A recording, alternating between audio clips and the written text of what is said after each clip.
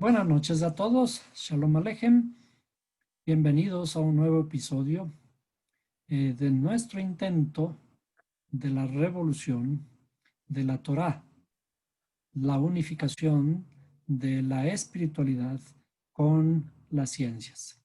Es decir, que la Torá, la espiritualidad, debe ser abordada paralelamente con el conocimiento científico y viceversa. El conocimiento científico tiene que ser abordado paralelamente con el conocimiento espiritual, porque no todo se trata de cosas físicas, sino que detrás de las cosas físicas, embebida en la vida, está la espiritualidad. La espiritualidad es eso que no se puede medir, eso que no se puede pesar, eso que no se puede tocar, que es la espiritualidad, particularmente la espiritualidad relacionada con nuestra evolución de la humanidad, la evolución hacia un estado de conciencia que debemos alcanzar nosotros los seres humanos. En esta semana tenemos que abordar la historia de Noé, o la parashá de Noaj, desde la perspectiva de las raíces hebreas. ¿Qué significa la historia de Noé, la parashá de Noaj?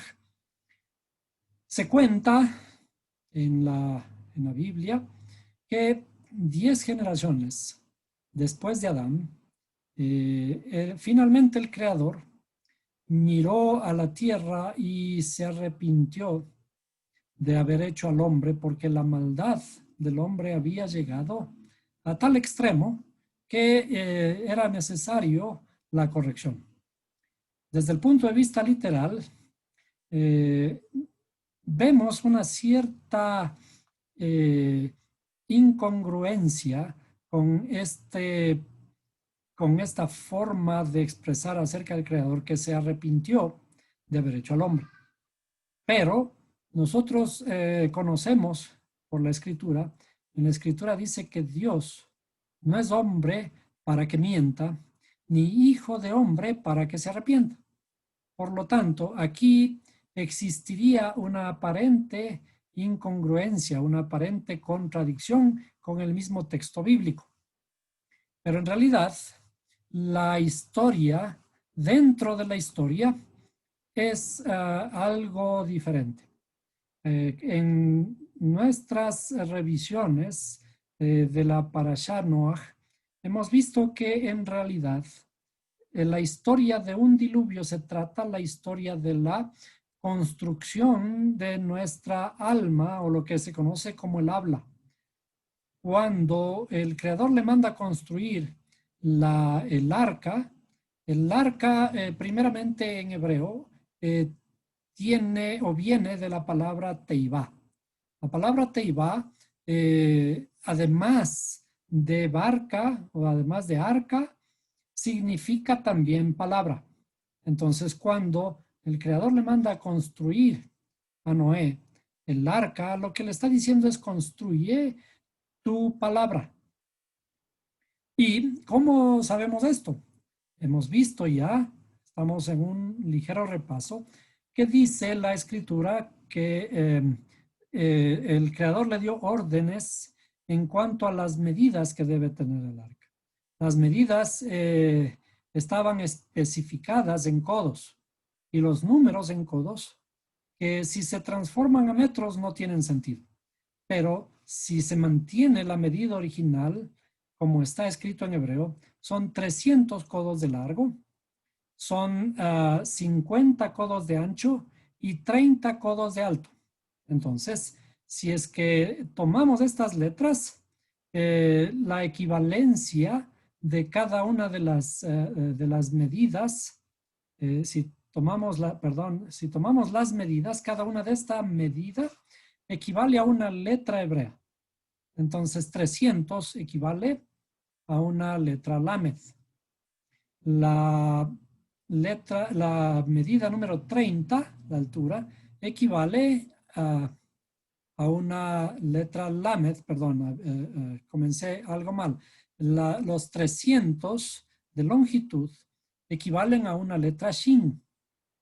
El 30 de alto equivalen a una letra Lamed y 50 de ancho equivalen a una letra Nun, lo cual nos lleva a la construcción de una palabra hebrea.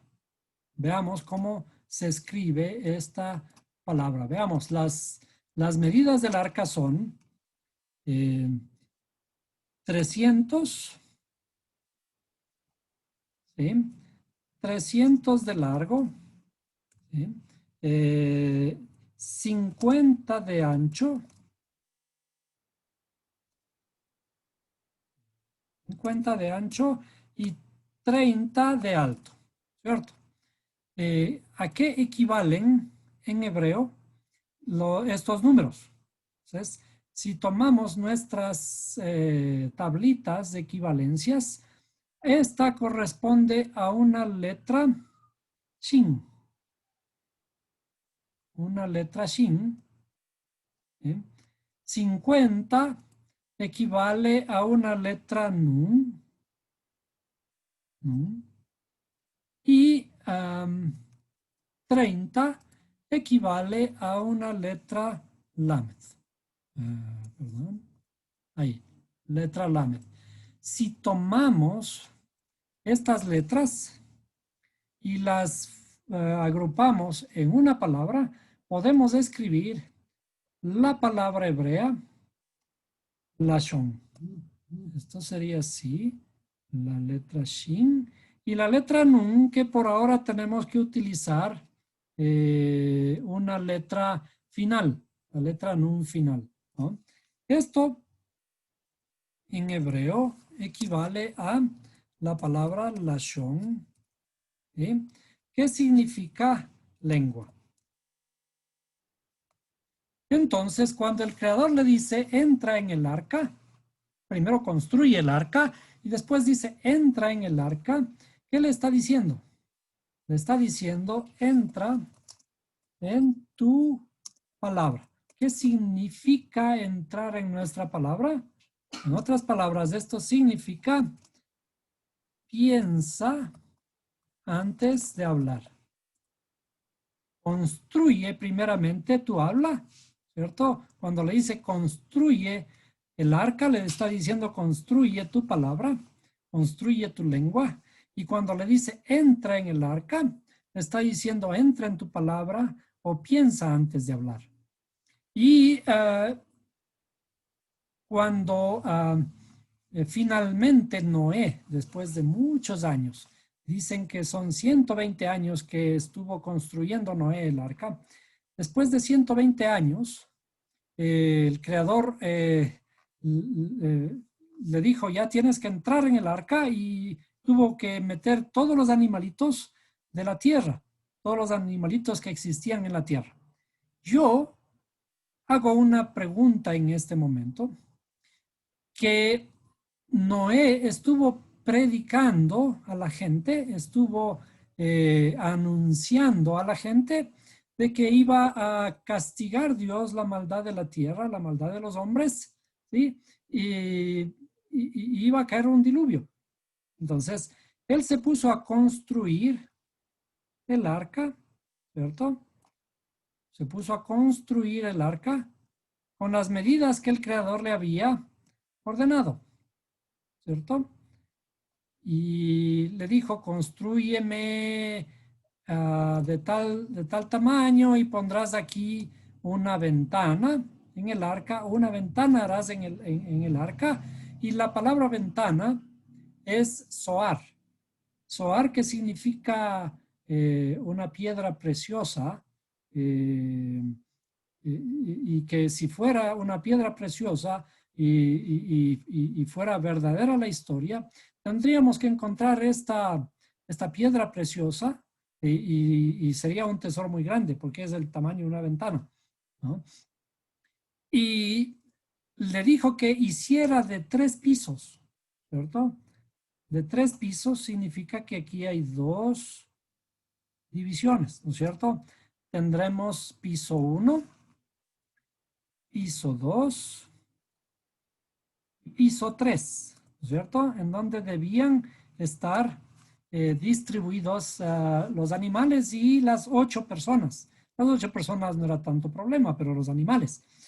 Pero yo decía, hago una pregunta. Si Noé estuvo anunciando que Dios iba a castigar la tierra y por lo tanto él estaba construyendo un arca para salvar la tierra, ¿cuántas personas habían en los pueblos cercanos a Noé? ¿Qué hubiera pasado si es que las personas, o al menos una parte de las personas, se hubieran convertido, hubieran hecho caso a las palabras de Noé? ¿Habría habido cabida en el arca para también las personas? Sí, creo que con todos los animales de la tierra, una parejita de todos los animales de la tierra, esto debe haber estado muy lleno, ¿cierto? Además de que tuvieron que venir animales desde muy lejos para entrar en el arca. Tuvieron que venir animales desde el polo sur, desde el polo norte, desde Australia para entrar en el arca y luego volver, ¿no es cierto? La historia literal no es lo que vemos, sino que la historia nos cuenta entre líneas y entre palabras y entre letras, nos está contando una historia diferente. Como vemos aquí en las medidas del arca, nos está hablando de la lengua y ahora ocurre que cuando entran las 8 personas en el arca y los animalitos, comienza a llover 40 días y 40 noches de lluvia, ¿no es cierto? Y este es el número que vamos a mantener muy atentos porque vamos a entrar en otras interpretaciones de la historia que también están relacionadas, ¿sí? Y que no solamente corresponden a lo que estábamos hablando de la palabra, la construcción de la palabra, sino que también aluden a otros procesos de la creación misma del ser humano. Entonces, este es un resumen muy rápido de la interpretación de una de las interpretaciones de lo que significa la parashá de Noaj. De paso, vamos a escribir por aquí, vamos a recordar, se escribe Noaj, ¿sí? Y en hebreo, esto se escribe de la misma forma, con una nun y una het, ¿no? Pero también hay un verso relacionado que es característico de esta parasha que dice, y Noé halló gracia ante los ojos del Creador. Entonces, la palabra gracia es en hebreo la palabra gen, ¿sí? Que en este caso es la letra nun final, como la que estamos viendo aquí en la palabra lashon, ¿no? La letra nun final. ¿Y qué equivale esto? Si nosotros vemos aquí, las palabras Noach y gracia están simétricamente al frente la una de la otra, ¿sí? Simétricamente significa que la una inicia con nun y termina con het, y la otra inicia con het y termina con nun. Es decir, simétrica significa que son como un espejo, la una, el espejo de la otra. Y de hecho, nosotros que conocemos las gematrias, vamos a recordar la gematria de la letra, perdón, de la palabra gen o de la palabra Noach, que sería 50 de la letra Nun más 8 de la letra Het sería 58, ¿cierto? Lo mismo que en la en la palabra Noach, ¿no? La palabra Noach también sería 58. ¿Sí? Es decir, las dos palabras son equivalentes. ¿Qué significa de más? Vamos a irnos un poquito más. ¿Cuánto suma 5 más 8? 5 más 8 suma 13, ¿cierto? 5 más 8 es 13, lo cual significa que en realidad el creador está destruyendo el mundo, destruyendo la tierra. ¿Por qué? Por amor. Esta es una paradoja, si la tomamos en la literalidad, la paradoja de la destrucción de la tierra, pero en realidad lo que está haciendo es una construcción, la construcción del habla, la construcción del habla por amor, ¿cierto? El número 13 es la unificación y también el amor, la unificación de nuestra interioridad para que nuestras palabras sean de acuerdo a nuestros pensamientos y nuestras acciones sean de acuerdo a nuestras palabras y de acuerdo a nuestro pensamiento. Es decir, tenemos que construir la unificación, la unidad de nuestra interioridad y el amor, amarnos a nosotros mismos. Pero bien, decíamos que vamos a ir a otro tema paralelo que tiene que ver también con la parashá de Noaj y principalmente también un poquito atrás con la parashá Bereshit, con la parashá el inicio, al principio, ¿cierto? Por lo tanto, vamos a hacer esta introducción que tiene que ver con la fecundación de un niño en el vientre de su madre. ¿Qué tiene que ver la fecundación de un niño en el vientre de su madre? Esto es lo que está ligado al principio o desde el principio. Entonces vamos a recordar un poquito este proceso. El proceso de la concepción es un proceso, el milagro más grande que nosotros podemos conocer. Cuando nosotros pedimos al Creador milagros, a veces nos olvidamos de estos milagros. ¿Cuáles son los milagros más grandes que tenemos a nuestro alrededor? El milagro más grande es nuestra propia existencia. El milagro más grande son nuestros propios hijos. El paso de la vida de generación tras generación que se produce de una forma maravillosa. El acto más sublime y más sagrado del ser humano es la reproducción. Y esta reproducción realmente a veces no la conocemos muy bien.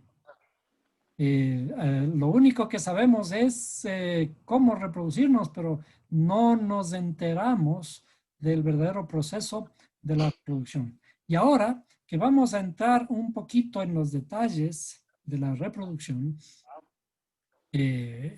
vamos a encontrar que lo que hemos estado estudiando calza perfectamente con este proceso maravilloso de la concepción y la reproducción del ser humano.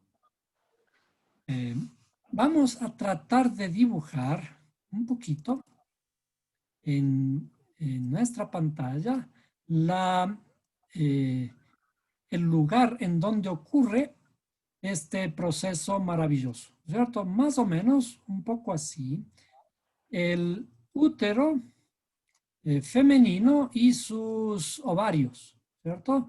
Los ovarios están más o menos al extremo, en esta parte, y por aquí hay un conducto en donde se produce el verdadero milagro, ¿cierto? Un conducto que lo vamos a llamar de otra manera, y hubiera querido que esté mi hermana aquí para que nos explique con los verdaderos nombres, ¿no? Entonces vamos a dibujar ahora. Esto es la parte del útero femenino. ¿Bien? La parte del útero femenino. Y aquí está su vagina, ¿no? En donde se introduce el espermatozoide masculino. Bien, en estos ovarios, aquí se generan los óvulos, ¿no es cierto? Aquí se están formando los óvulos en cada uno de estos, ¿no? Tanto en el izquierdo como en el derecho. ¿Bien? Estos óvulos contienen la información femenina, la información de la madre que va a transmitir a sus hijos, ¿cierto? La información que viene a través de los genes y que todos están impresos en este óvulo. El óvulo, si recordamos un poquito, el óvulo o recordemos, digamos, el proceso el ciclo menstrual de la mujer, ¿cierto? Su ciclo menstrual es de alrededor de 28 días, ¿cierto? Su ciclo es de 28 días. Y a qué día comenzamos a contar el ciclo menstrual. El día número 1 corresponde al inicio de su sangrado, ¿cierto? El día número 1 aquí inicia con su sangrado. Día número 1. Y ese sangrado se puede prolongar por unos 5 días, 7 días, ¿cierto? Y cuando la mujer está lista con su óvulo listo para ser fecundada. ¿A qué día? Hagamos la clase un poquito interactiva porque ustedes me tienen que ayudar. ¿Cierto? Día 15.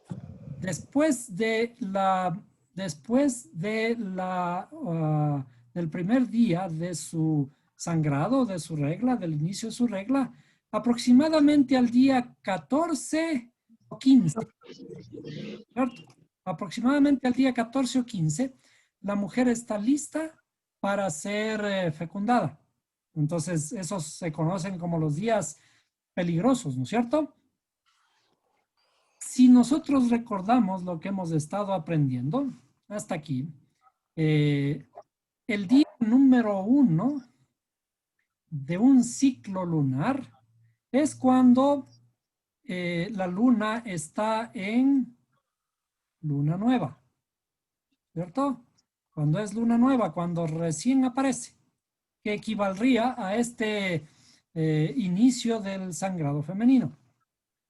¿Qué ocurre al día número 14 o 15? ¿Qué luna tenemos al día número 14 o número 15? Luna llena. Luna llena, ¿no es cierto? En luna llena, el equivalente a la luna llena, la máxima luz de la luna, ¿no es cierto? Aquí vamos a poner la máxima luz o el esplendor de la luna se da en el día número 14 o 15. ¿Sí? El día 14 o 15 es luna llena, ¿cierto? Comenzamos con el proceso aquí en los ovarios, ¿cierto? Aquí comienzan a aparecer los óvulos, ¿sí? Y a un instante determinado, el óvulo comienza a desprenderse del ovario. El óvulo comienza a desprenderse del ovario aquí, ¿ya? Madurado. ¿Y cuántos días el óvulo, cuántos días puede permanecer en este estado y podría ser fecundado? 3. 3 o 4 días, ¿no es cierto? Aproximadamente, vamos a ponerle aquí 3 o 4 días. 3 o 4 días en el que el óvulo está en espera de ser fecundado. Si es que después de este tiempo no es fecundado, entonces comienza a degradarse y se pierde y por lo tanto llega un momento en el que simplemente se destruye por el efecto de ciertas hormonas y tiene que ser expulsado.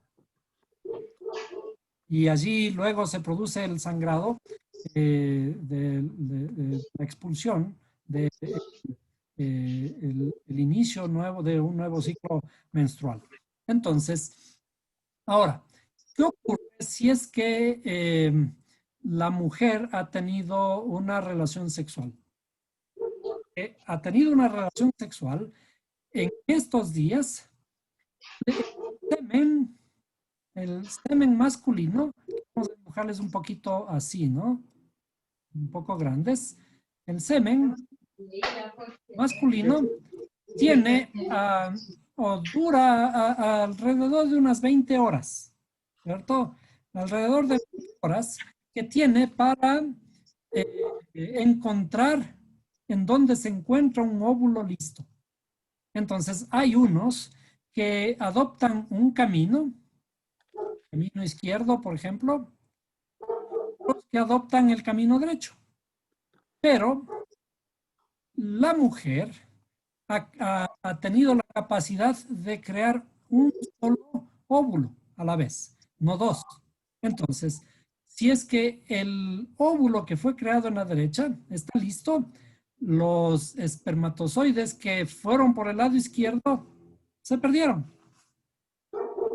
Y aquellos que eligieron el camino derecho introdujeron por estos conductos, ¿sí?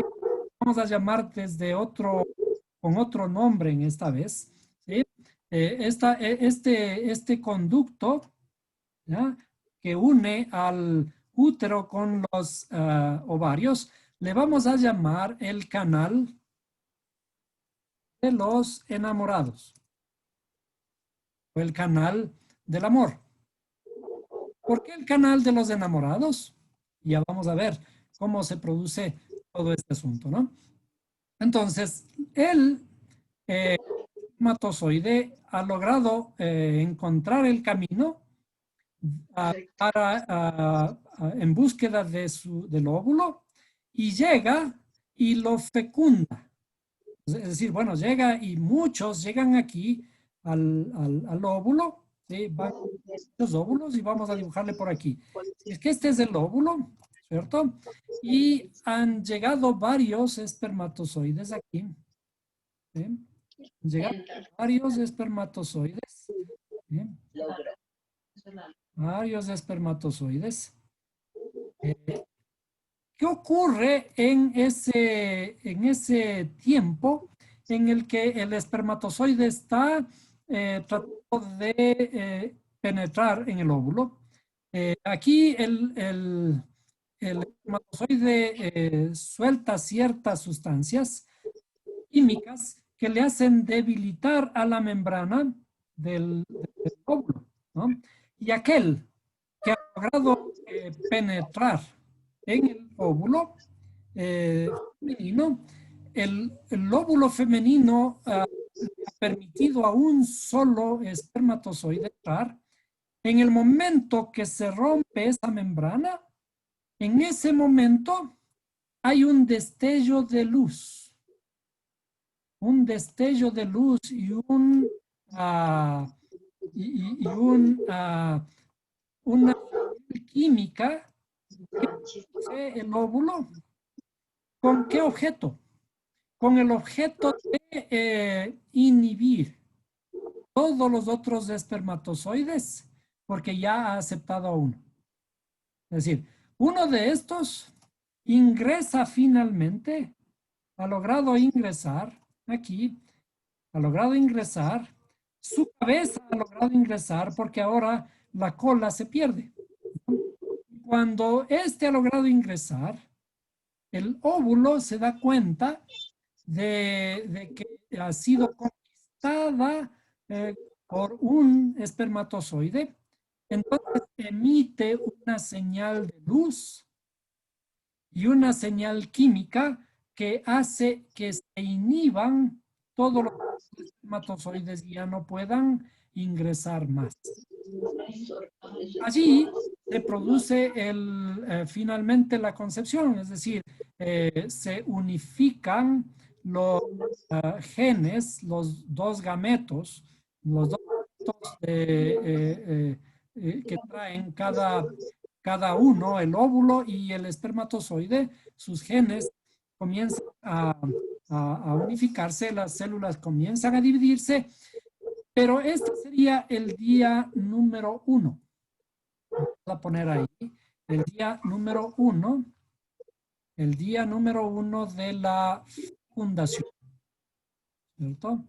El día número 1, fundación, ¿eh? Cuando el espermatozoide ingresa y apenas ingresa, se produce un destello de luz. Ahora, a partir de allí, el óvulo fecundado comienza a viajar por este conducto, por el canal de los enamorados, comienza a viajar mientras ya se está dividiendo. ¿Sí? Mientras ya se divide. Comienza a dividirse y la primera división ya son 2. Y luego en la otra división son 4. Y la siguiente división son 8. Y así sucesivamente. Entonces, pregunto nuevamente, ¿cuántos días demora el óvulo fecundado para viajar a través de este conducto del canal de los enamorados hacia el lugar en donde finalmente va a ser implantado aquí para crecer? ¿Alguien sabe? Unos 15 días, No, un mes. no. Eso sí, no sé. Veamos. ¿Alguien sabe? No saben. Muy bien. Este viaje del óvulo recientemente fecundado tiene que encontrar el lugar más propicio para implantarse. Aquí todavía no tiene un lugar en donde crecer, ¿no? Sabe que tiene que viajar por este conducto, ¿sí? Hasta encontrar el útero femenino en donde agarrarse. Entonces vamos a dibujar por aquí este óvulo. Ya está, ya está listo, ¿sí? Pero ¿en qué día el óvulo está listo para agarrarse del útero femenino y comenzar a crecer? Definitivamente. Entonces, aquí entre la fecundación y este viaje que realiza el óvulo para comenzar a agarrarse en el útero son de 6 a 7 días después de la fecundación. De 6 a 7 días después de la fecundación. En el séptimo día, finalmente, el óvulo se agarra de la membrana del útero, me parece, no estoy seguro, es el endometrio se llama, porque allí hay ciertos procesos. Y entonces, ¿qué ocurre en este paso? En este paso ha creado un vacío. Ha creado un vacío y ese vacío va a comenzar a llenarse, ¿sí? Va a comenzar a llenarse para darle espacio y crecer. ¿De qué se llena? ¿De qué comienza a llenarse ese espacio vacío? Como de sangre, ¿no? De agua. De agua. Aquí, ¿no es cierto? Cuando comienza a crecer el feto, este lugar, vamos a ponerle en este color, este lugar comienza a llenarse de agua. El agua, la famosa agua de fuente, ¿no es cierto? ¿Por qué? Porque ¿en dónde se produce? ¿En dónde se produce el crecimiento del bebé? En el agua, Agua, en el útero, en el en agua. agua, ¿no es cierto? En el útero femenino está lleno de agua. El agua. Entonces, ahora vamos un poco a la analogía de lo que estamos viendo, ¿no? Cuando el óvulo comienza a salir de aquí del ovario, ¿sí? Comienza a madurar, ¿qué le hace que se madure y comience a salir? Hay ciertas hormonas femeninas que ayudan a que este óvulo madure. ¿Quién sabe cómo se llaman las hormonas o la hormona principal que tiene que ver con la fecundación y el crecimiento del feto en el vientre materno? ¿Ah? Nombres tiene. ¿Qué nombre tiene la hormona? ¿Sí? La hormona que se produce para que este óvulo madure y se prepare. ¿Sí? La hormona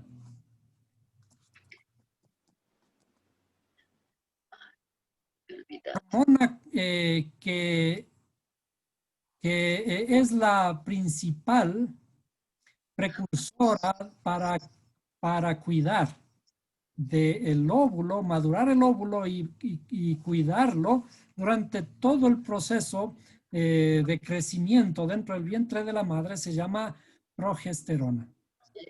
Esta palabra me olvidé. Progesterona. Entonces, esta hormona progesterona es la que le va a ayudar a este óvulo a que tenga las condiciones adecuadas y se implante aquí en el útero y comience a crecer. ¿Sí? Cuando este feto comienza a crecer, ¿no? Al final del término del embarazo, esta hormona comienza a desaparecer y en su ausencia es que se producen las contracciones para que el feto abandone definitivamente el vientre materno. Oh, cuando ya esté grande. Sí, o sea, mientras hay progesterona, comienza a haber crecimiento aquí, le está dando, ¿no? Pero en su ausencia, cuando ya hay ausencia de la progesterona, entonces ahora sí el feto ya se encuentra en un lugar, piensa que ya no es su lugar, ya no está cómodo allí y comienza a expulsar. El útero comienza a expulsar al feto y se produce finalmente. Ahora, ¿cuánto demora este proceso hasta el nacimiento? 9 meses. 9 meses, que son 40 semanas. 40 días. No, Semanas. 40 semanas. ¿Sí? 40 semanas. 40 semanas. 40 semanas que vive el feto en qué? 40 semanas que vive el feto en el agua. Ay, qué lindo. ¿No es cierto?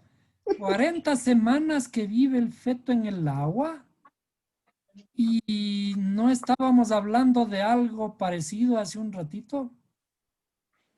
¿Eh? Los 40 días y 40 noches de Noé. 40 días y 40 noches que estaba Noé en el arca. Ahora, resumiendo un poquito esta historia, ¿sí? El día 1, en el día 1, voy a comenzar a recordar la Torá. En el principio creó Dios los cielos y la tierra estaba desordenada y vacía, y el Espíritu de Dios se movía por la faz de las aguas. Y después de eso, ¿no? Dice, y dijo Dios. ¿Cuál fue el segundo de los dichos de Dios en la creación? Y dijo Dios, sea La luz. la luz. Y dijo Dios, sea la luz. Cuando existe la fecundación, en el día 1 de la fecundación, el óvulo emite una luz, emite una química, ¿no? En ese día que hay la fecundación y la primera división del óvulo en 2 células, hay una luz. Es decir, primero existía la oscuridad. Y después, cuando entra el espermatozoide, el óvulo le acepta y emite un destello de luz. Entonces dice, y dijo Dios, sea la luz. Y ese es el día 1.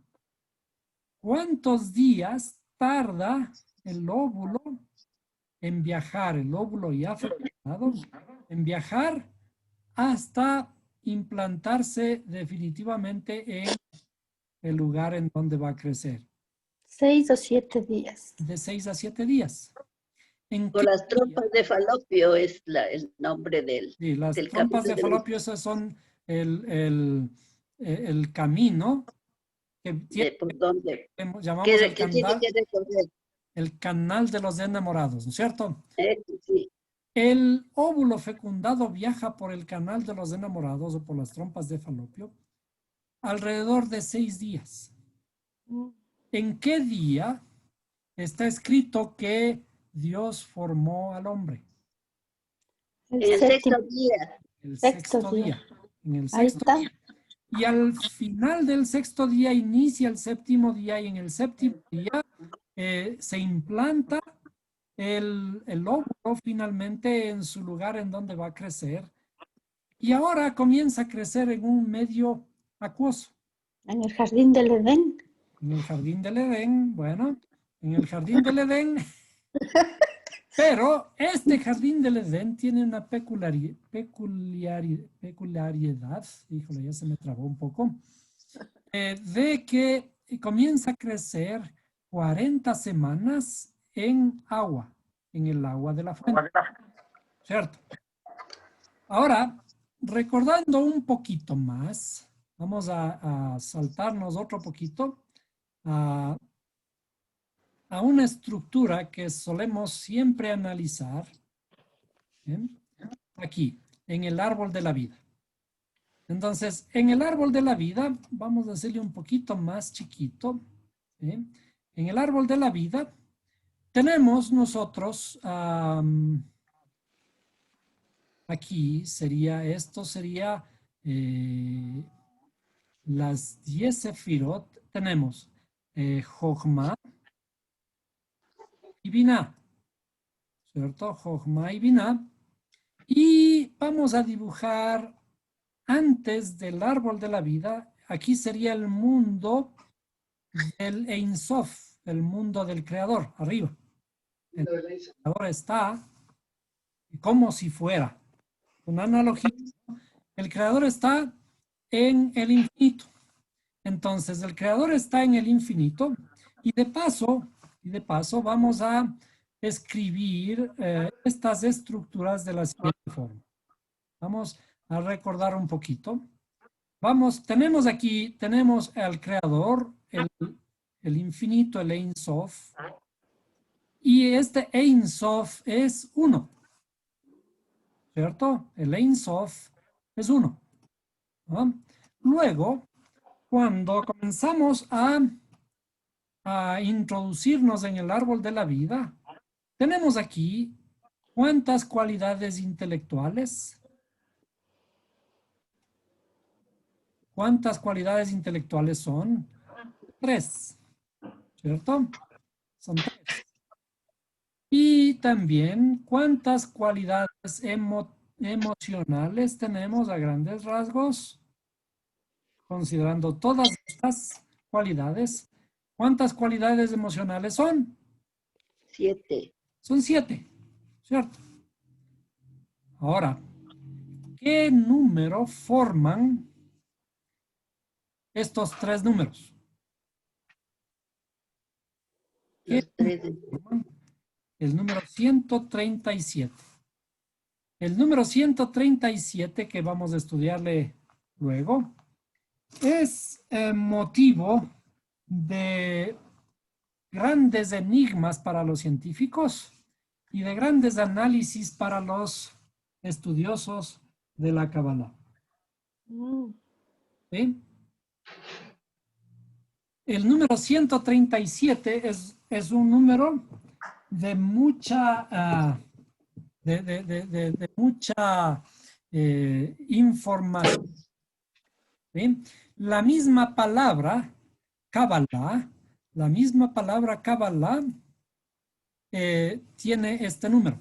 Vamos a escribir. La palabra Kabbalah es, déjenme ver si puedo encontrar las letras. Lamentablemente tengo que cazar las letras, ¿no? A ver, aquí, no es por aquí. Es, a ver, ¿no? Aquí, Kabbalah, Kabbalah. Ya, escribimos la palabra Kabbalah y vamos a hacer rápidamente, vamos a hacer la gematria, ¿no? ¿Cuánto vale la letra Kuf?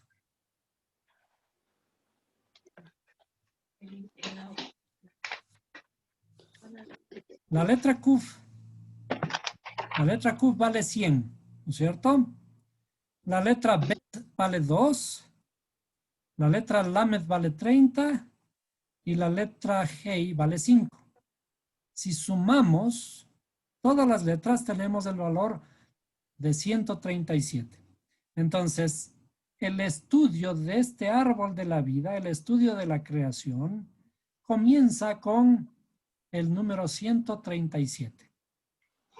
El número 137 que está distribuido, uno que es el creador, el Ein Sof, ¿no? Y luego 3 cualidades intelectuales y 7 cualidades emocionales. Ahora, aquí, en el Ein Sof, cuando hablamos de la creación, ¿se acuerdan que estábamos hablando también del paralelismo científico de la gran explosión? ¿Cierto? Aquí los científicos dicen que hubo una gran explosión. Y en esa gran explosión, primeramente todo estuvo en una singularidad, toda la energía estuvo concentrada en un solo punto y de allí explotó. Los cálculos de los científicos para este proceso están alrededor de 13.7, perdón, voy a escribirlo nuevamente. Dicen 13.8, pero es alrededor de 13.7 mil millones de años. Uy. 3.7 mil millones de años. ¿Sí?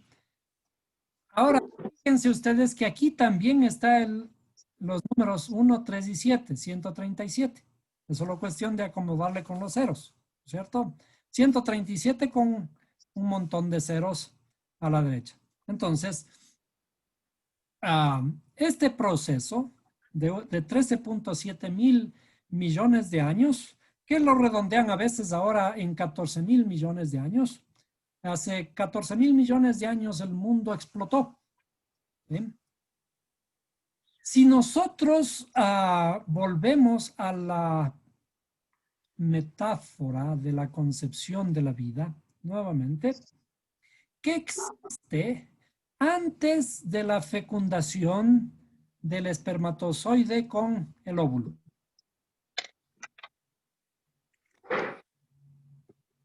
Bien, vamos a hacer de nuevo la pregunta. Estamos en una clase interactiva. Por favor, sus ojos muy abiertos.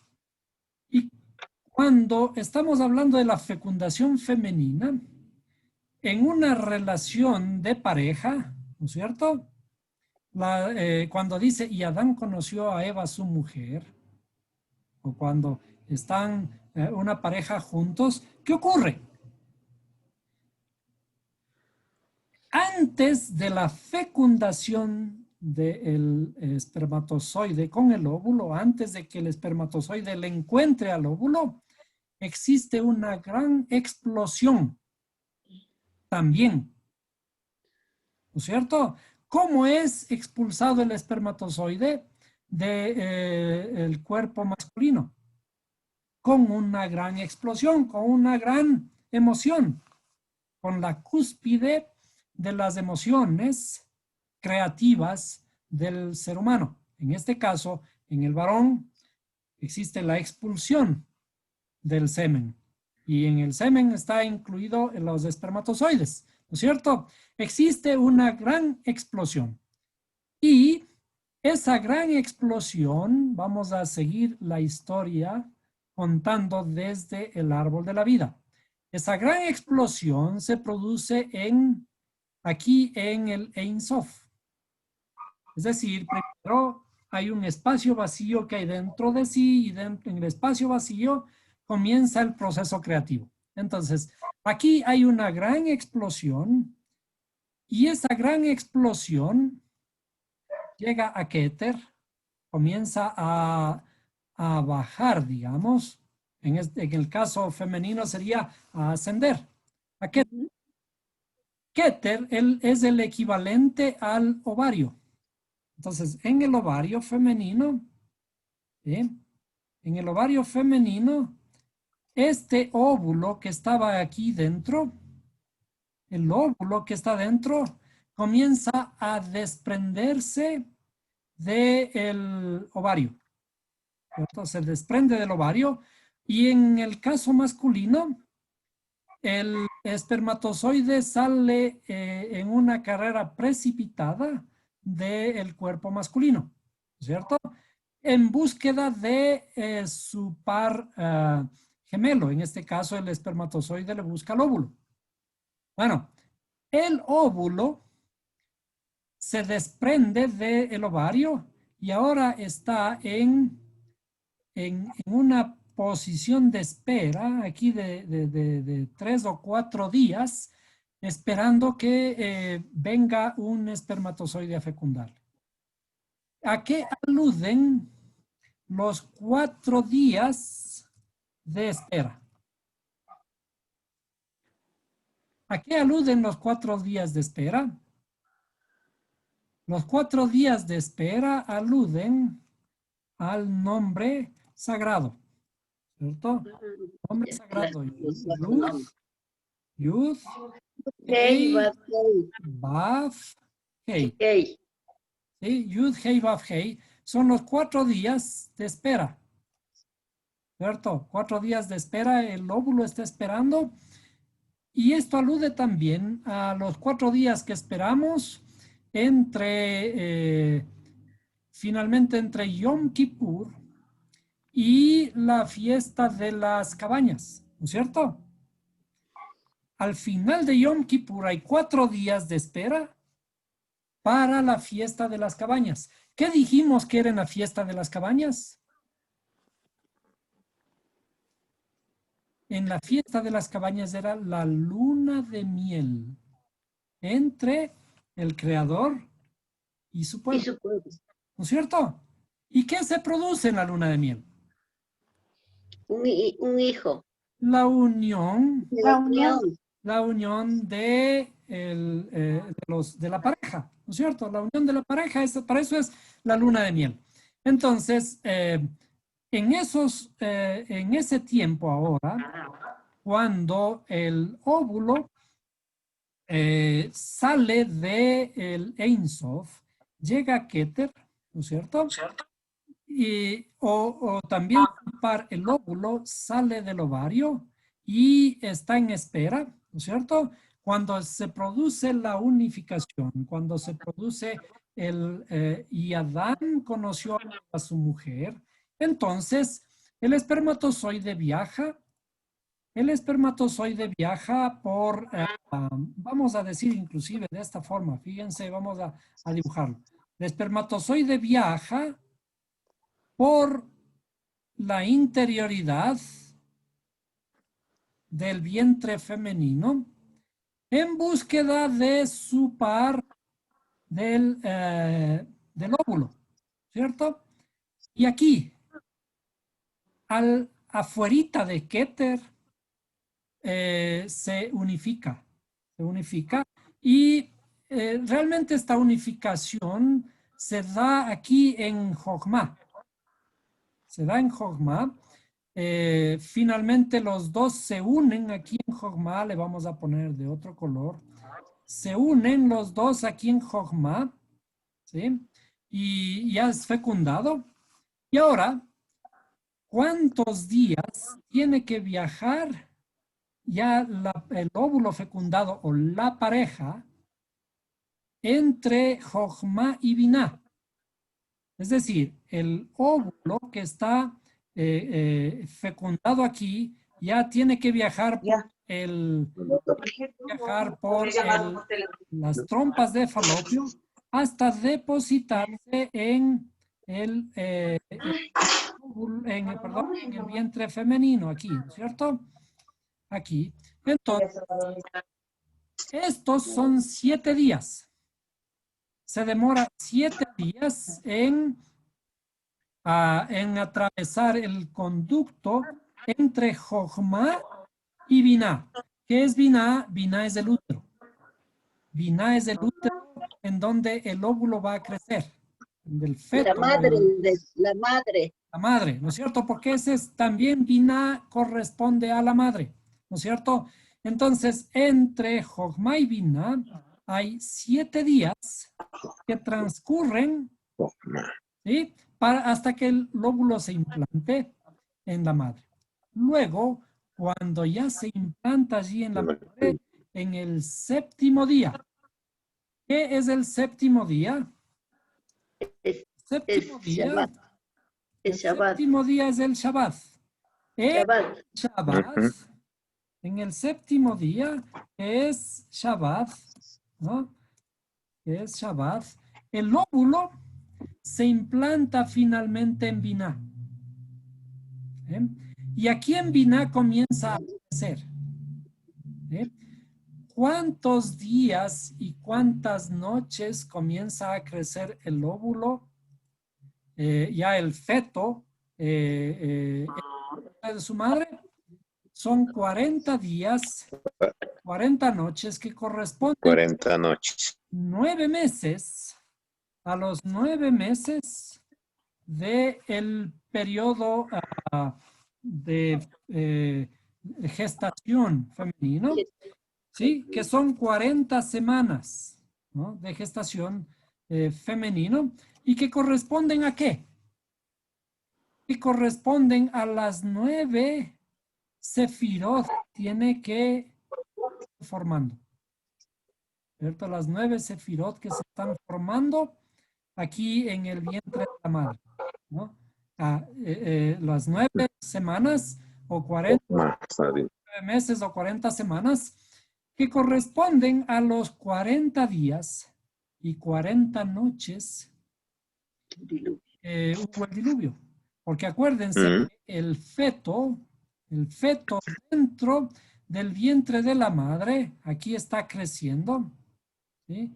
El feto está creciendo aquí, dentro de la madre, sumergido en agua. El feto está sumergido en agua. Entonces, ocurren los 9 meses, del alumbramiento, y después de los 9 meses que está en la oscuridad, ¿sí? Está en la oscuridad, viene el alumbramiento, da a luz y se completa el 10º. Se completa la 10ª sefirá. La 10ª sefirá, que es ya el estar en este mundo. Entrar a Malhut, si se quiere. El feto llega a Malhut y se completan las 10 sefirot del árbol de la vida. Ahora, la parashá de Noaj, está hablando de 40 días, 40 noches, que es para formar nuestra alma. Porque de eso se trata de la construcción de nuestra arca, que también en hebreo el arca, vamos a poner aquí el arca. El arca en hebreo, ¿qué palabra tiene? No sé si recuerdan. El arca en hebreo tiene la palabra teibá. Sheiba, es el Teibá, habla. que significa Seiba. bien Habla. teibá. Teibá. La palabra teibá significa arca, pero también significa palabra, pero Palabra. también significa naturaleza. ¿Sí? Naturaleza. ¿Sí? Está construyendo nuestra naturaleza. Nuestra naturaleza es la naturaleza del habla. Y la primera naturaleza que está construyendo es precisamente el medio físico nuestro. Nuestro cuerpo que tiene que ser formado antes de hablar, ¿no? El cuerpo que es formado antes de hablar, es decir, nuestro cuerpo. Y en este cuerpo, estamos hablando de los 40 días y 40 noches. En este cuerpo, en este lugar, en el vientre femenino, nuestro cuerpo está en el agua. En el diluvio. Bien como como Jonás. Como Jonás, ¿se acuerdan que Jonás fue enviado dentro de fue lanzado al mar, ¿no es cierto? Y dentro del mar, Se comió el tiburón. ¿cierto? Y el pez se lo... ¿Mm? ¿Y a qué alude Jonás? Jonás es la paloma. ¿Y qué ocurrió cuando al final de la historia de Noé también, cómo supo Noé que finalmente las aguas habían cesado? Porque Envió a una palomita Envió a y la esa paloma a palomita buscar el trajo olivo. una rama de olivo, ¿sí? Una rama de olivo. Ujú. Entonces dice, y Noé entendió que ya las aguas habían cesado. Y después envió nuevamente a la paloma. Ya. La paloma ya no regresó. Entonces, ¿qué ocurre ahora aquí? Dentro del pez, perdón, dentro del vientre de la madre, estamos en el agua y hay ciertas hormonas que están trabajando para el proceso de la fecundación, primero de la fecundación y luego del mantener saludable a este feto en el vientre femenino. El vientre femenino, en el vientre femenino necesitamos de la progesterona. Es la progesterona. Y también hay otras hormonas Hormonas. que hacen su trabajo allí, ¿no es cierto? los estrógenos también. Los estrógenos, ¿no es cierto? Los estrógenos producen un balance en el vientre femenino para la protección del bebé. La progesterona está ayudando a controlar que todo este proceso sea adecuado, está controlando, protegiendo al bebé, ¿no? Pero también los estrógenos ayudan a este balance, para que la progesterona no se vaya a sobredosificar y vaya a dañar también el Feto. feto, ¿no? Ahora, Ujú. vamos a irnos un poquito a los análisis de la química. A los análisis de la química que estamos viendo. Primero, este proceso dentro del vientre femenino es el mismo proceso descrito en el libro del Génesis, tanto en la parte de la creación como en Formación. en la formación, que son los 40 días de lluvia del arca de Noé, ¿no es cierto? Jan Start. Que a la final se transformaron en un año, porque llovió 40 días y 40 noches, pero después de un año apenas bajó el arca y pudo Noé salir del arca. Bueno, ahora vámonos al análisis de las hormonas necesarias para este proceso. Y lo que encontramos aquí también son cosas muy bonitas. Veamos si podemos tomar esto de aquí. Voy a copiar una imagen que vamos a poner en nuestra pantalla. Veamos si lo podemos poner. en este lugar y vamos a ponerle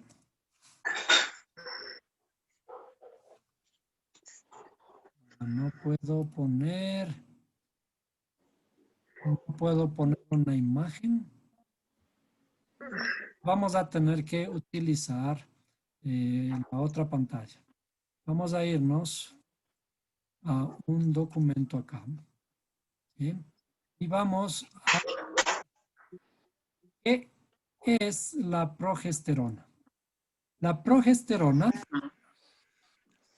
es una hormona, la hormona que decíamos que cubre, que asegura que Protege.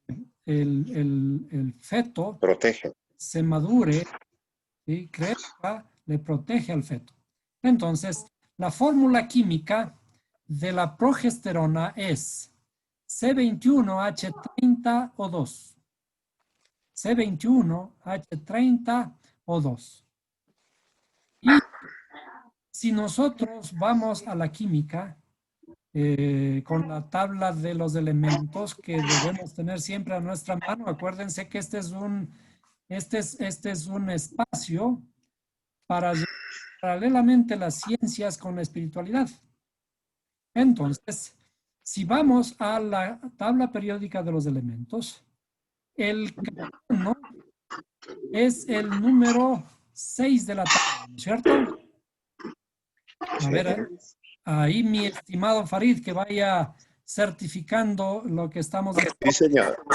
El carbono Sí, es el elemento, el sexto elemento de la naturaleza, por lo tanto el número atómico del carbono es 6. El hidrógeno es 1. El primero. 1. Y el oxígeno es 8. 8. Si es que sacamos el valor, lo que llamamos la gematria de esta fórmula, ¿no es cierto? Multiplicaríamos 21 veces 6, ¿sí? Que son 126, más 30 veces 1 y más 156. 2 veces 8, ¿sí? Más 2 veces 8, hasta ahí tenemos 172. 170. La gematria o el número atómico de la progesterona es 172. ¿Qué significa 172? Es un número, es el nombre del creador. Es uno de los nombres del creador. 172 es igual, bueno, usted tiene una mente profética, ¿no? 172 es igual a 2 veces 86. El número 86 es la gematria de Elohim. ¿Se acuerdan? ¿Ah? Por lo tanto, la progesterona es 2 veces la gematria del nombre Elohim, o lo que es traducido como Dios. ¿Quién, por tanto, quién es el que está protegiendo al feto desde el inicio de la concepción? El creador. El propio creador, ¿no es cierto? El propio Elohim, la naturaleza del mismo creador. Ahora, además, 172 es igual a 4 veces 43, ¿no? Cuando vemos 4, 4 es la razón por la que esta molécula es llamada también P4. Me hubiera querido que mi hermana esté conectada para que vaya también certificando esto que estamos analizando. Bueno, entonces, esta molécula, la progesterona, es llamada también P4. ¿Sí? Ahora, desde el punto de vista de la Kabbalah, el nombre Elohim, el nombre sagrado, el traducido como Dios, está asociado a Geburah. ¿Qué es Geburah? Geburah es el poder, ¿cierto? Es el poder. Entonces, esta fuerza del poder del creador está contribuyendo para que este feto crezca, ¿no? Ahora, vamos a hacer una gematria. Vamos a hacer una gematria de dos palabras. De dos palabras que ya nosotros conocemos. Voy a hacerles un poquito más grandes de estas palabras para que puedan ver. ¿Sí? Para que puedan ver un poco mejor. ¿Ah? Y entonces, veamos. La palabra creó. ¿Se acuerdan que estábamos analizando en el libro del Génesis? Dice, en el principio creó los cielos y la tierra, ¿cierto? En principio creó Dios los cielos y la tierra. Y para eso utiliza la palabra bará, que es creó. Bará. La palabra bará se escribe Bet, Resh y Aleph. Heish. Bet, Resh y Aleph. Si es que sacamos la gematria, la letra Bet vale 2. La Vale 2. Resh vale 200. 5. Y la letra Aleph vale 1. Por lo tanto, la suma de las letras de Bará es 200. Ahora, más abajo, cuando está hablando, en el proceso de la creación también aparece el hizo Dios. Asad. Vaya, qué buena memoria, estimado Farid. La palabra asá, ¿cierto? La palabra asá, que es, Hizo. se escribe como Ain, Shin, Hei. Ain, Shin, Hei. Ahora, ¿cuál es la gematria de cada una de estas letras? Ain vale 70, Shin vale 300 y Hei vale 5. Por lo tanto, la suma de la palabra asá, hizo Dios, hizo, es 375. Ahora, si es que nosotros tomamos estas dos palabras, ¿sí? Estas dos palabras, hizo y creó, y les restamos. Es decir, restamos 375 menos 203, tenemos 172. ¿A qué alude el 172? Está justamente hablando acerca de la progesterona. Formación. La progesterona protege la creación del feto dentro del vientre femenino. ¿Cierto? La mujercita necesita progesterona para que el feto crezca en forma saludable, ¿cierto? Y ¿cómo asociamos esto? ¿Cómo sabemos que este proceso de la fecundación y de la formación del feto en el vientre femenino está descrito en la creación de Génesis por estos números que comenzamos a hacer, ¿no es cierto? Las palabras hizo y creó tienen una diferencia de 172 que alude justamente a la creación, cuando dice el creador a ti, creé, te formé y te hice. Aquí hay más, hay muchas cosas más todavía, ¿no? Estamos hablando de la progesterona por aquí, pero también tengo otras. Yazart. Y otras formó. Y luego tendríamos que hacer análisis de ISO, de formó, que es Yetzirah, Yatzar, ¿no?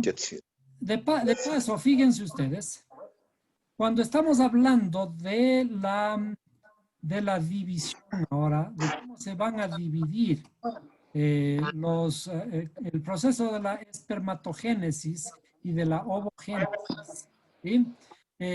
Para producirse finalmente la unificación de estos dos gametos, ¿no es cierto? ¿Qué números ven ustedes aquí? el espermatocito de primer orden tiene ¿cuántos genes?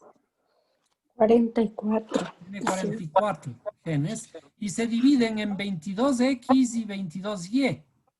¿Cierto? Ujú. 22X y 22Y. Y la ovogénesis tiene 44XX, ¿no es cierto? Que se dividen en, aquí dice el primer corpúsculo polar son 22X y otros 22X, ¿no? Que es el ovocito secundario. Ahora, cuando todos estos se unen, estamos hablando de las 22, de los 22 que se unen, de los 22 de los espermatozoides con los 22 de los ovocitos, ¿cierto?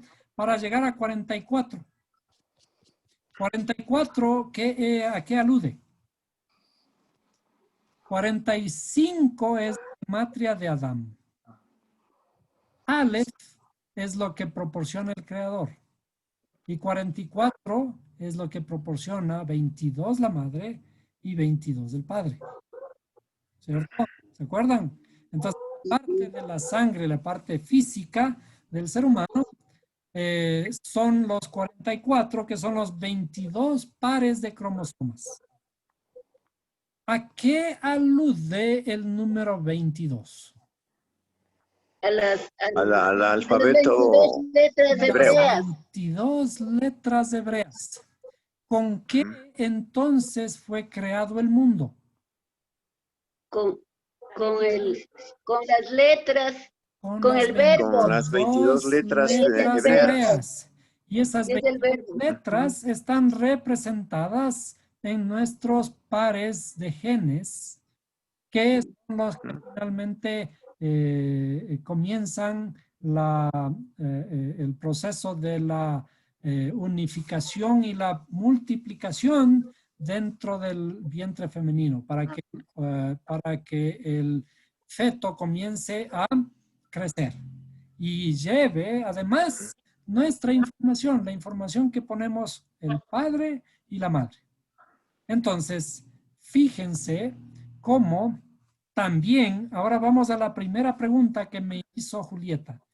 La primera pregunta es que ¿cómo construimos nosotros con el habla? Esa habla está aludida aquí en la física. Aquí no.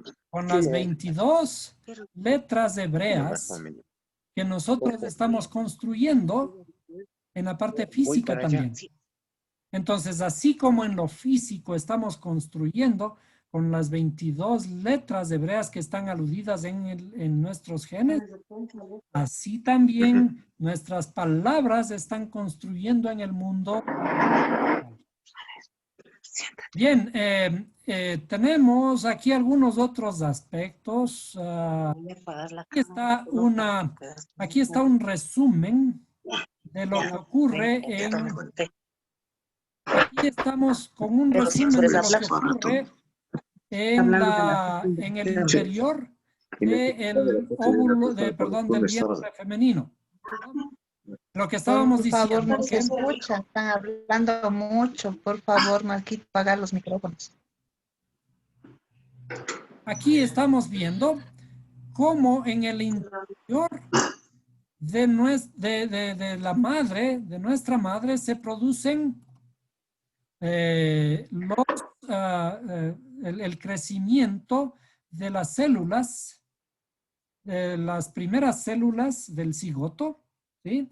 Y cómo viajan desde aquí, desde el ovario, se desprende el óvulo, aquí es fecundado, ¿sí? Y se demora 7 días en viajar desde Jojma hasta Binah. El óvulo fecundado viaja por 7 días y se dice que cuando llega al vientre femenino, perdón, al útero ya para comenzar su crecimiento normal, aquí ya tiene alrededor de 200 células. de 200 células porque ya se ha dividido varias veces, ¿no es cierto? Y este camino, en términos de la Kabbalah, estas trompas de falopio, el camino que recorre el cigoto y ahora ya fecundado, hasta entrar en el útero femenino y quedarse amarrado allí, lo recorren aproximadamente 6 días. Y este camino se le conoce como el camino de los enamorados, que alude al cantar de los cantares. Al cantar de los cantares, en el cantar de los cantares habla de que el novio dice, la novia le está llamando, ven a mi jardín, ¿no? Ven a mi jardín. ¿Qué es lo que está diciendo? Le está llamando, ven ahora, ven y implántate aquí. Implántate aquí y comienza a crecer. Porque a la final todo nuestro proceso, el proceso de crecimiento nuestro, la formación nuestra, ¿sí? Es nuestra evolución, nuestro crecimiento, que también es el crecimiento espiritual en la misma forma en que se da el crecimiento desde el principio en el vientre de nuestra madre. Y entonces, veamos, yo tengo por aquí otras fórmulas. Los estrógenos, por ejemplo. Los estrógenos, hay un estrógeno, el estrógeno, no sé cómo se llama me parece que son varios estrógenos, ¿no? El estrógeno tiene una fórmula C18H24O2. C18H24O2. Si es que tomamos la misma, en la misma forma, la gematria de los elementos químicos, tenemos que C18 sería 6 por 18, más H24 sería 1 por 24, y más O2 sería 2 veces 8, es decir, 16. Si sumamos esto, sale 148. 148 sería la gematria del estrógeno, que son también equivalentes ¿a qué? A 4 por 37. 4 por 37, ¿qué era 37? ¿Alguien recuerda? ¿Alguien recuerda qué es 37? 37 es la gematria Chispa de la vida. de Jochma. La gematria de Jochma en números, ordinales. ¿Sí? La gematria de Jochma. Es decir, ¿de dónde salía el óvulo fecundado de Jochma? Camino a Binah, para implantarse en Binah y crecer. ¿Cierto? Hay estos estrógenos, hay 3 tipos de estrógenos. El estrógeno E1, el estrón E1, el estradiol E2 y el estriol E3. Entonces, estos ustedes ven que tienen una fórmula de C18H22O2. El estradiol E2 es C18H24O2, es decir, hay un par de de hidrógenos más, y el estriol, que es C18H24O3. Si sacamos asimismo las gematrias de estos, fíjense la cosa curiosa, el estrón E1 y el estradiol E2, el estrón E1 es 146 y el estradiol E2 es 148. Si dividimos esto, el estrón E1 es 2 veces 73 y el estradiol es 4 veces 37. ¿A qué alude otra vez? Dijimos que 37 es Jochma en una forma de cálculo, pero también 73 es otra vez Jochma en la gematria normal, ¿sí? En gematria normal 73 y en gematria ordinal es 37. Entonces, está hablando justamente del inicio de este proceso que tiene que el feto salir desde Jochma para implantarse en Binah. Y el estriol y estretol, allí aparecen en las gematrias, aparece un 4 veces 39 y un 4 veces 41. El 4 alude a la formación de P4, ¿se acuerdan? Al estrógeno que protege al feto. Y también, ¿qué es el número 4? El número 4 es la puerta, y la puerta es el símbolo de Yeshua. Entonces, naturalmente que en todo este proceso, todo está controlado por el Creador. Y la misma química y los días, los números de días que aparecen allí son los que están relatados en la Torá. Cuando aprendemos todo esto, fíjense que hay otra oxitocina, ¿sí? Que también tiene una gematria, ahora aparece aquí con nitrógeno y con azufre. Ya es esto es una hormona más compleja, la oxitocina, que es el lactógeno placentario, ¿no? Si mal no recuerdo, que todos estos son sustancias que ayudan al crecimiento del feto. Y cuando nos introducimos aún en la química de este proceso, encontramos la Torá que está aludida allí. Nosotros vemos en los genes, está aludida directamente la Torá. Los genes, 22 letras hebreas que parten del hombre y 22 letras hebreas que parten de la mujer. Y las dos tienen que fusionarse para hacerse 22 pares, ¿no?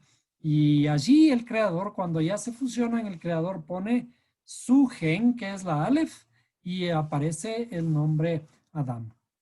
Esto, la Torah vista desde este punto de vista, nos da una idea mucho más cercana a nuestra creación. Podríamos decir inclusive que como hemos estado estudiando todo el tiempo, como es arriba, es abajo. Como es en lo grande, es también en lo pequeño. Es decir, que este mismo proceso que se dio en el proceso de la creación de todo el universo, se sigue repitiendo continuamente en la creación de cada ser humano chiquito que aparece en el vientre de la madre. Entonces, todo se da de la misma manera. Por eso el sabio Salomón dice en el libro de Proverbios, no hay nada nuevo debajo del sol. Cuando nosotros aprendemos la Kabbalah, aprendemos una de las facetas de formación, de creación, formación y acción del creador en cualquiera de las ciencias. Puede ser en la medicina, en la biología, en la física, en las matemáticas o en la espiritualidad. Cuando aprendemos los principios básicos, estos principios básicos se repiten continuamente en todos los procesos del universo. Es decir, cuando conocemos uno de los aspectos del universo, estamos conociendo al mismo creador, a la raíz del mismo creador.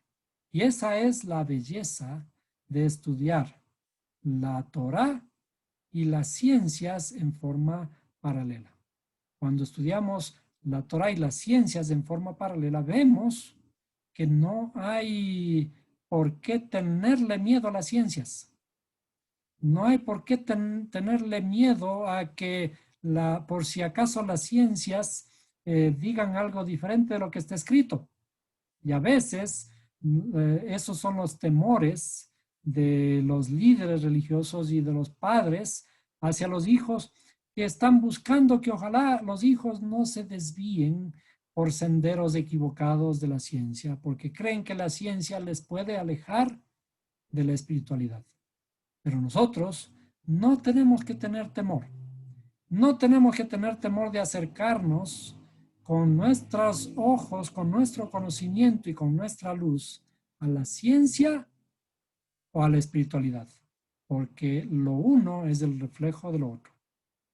Hasta aquí la clase de hoy.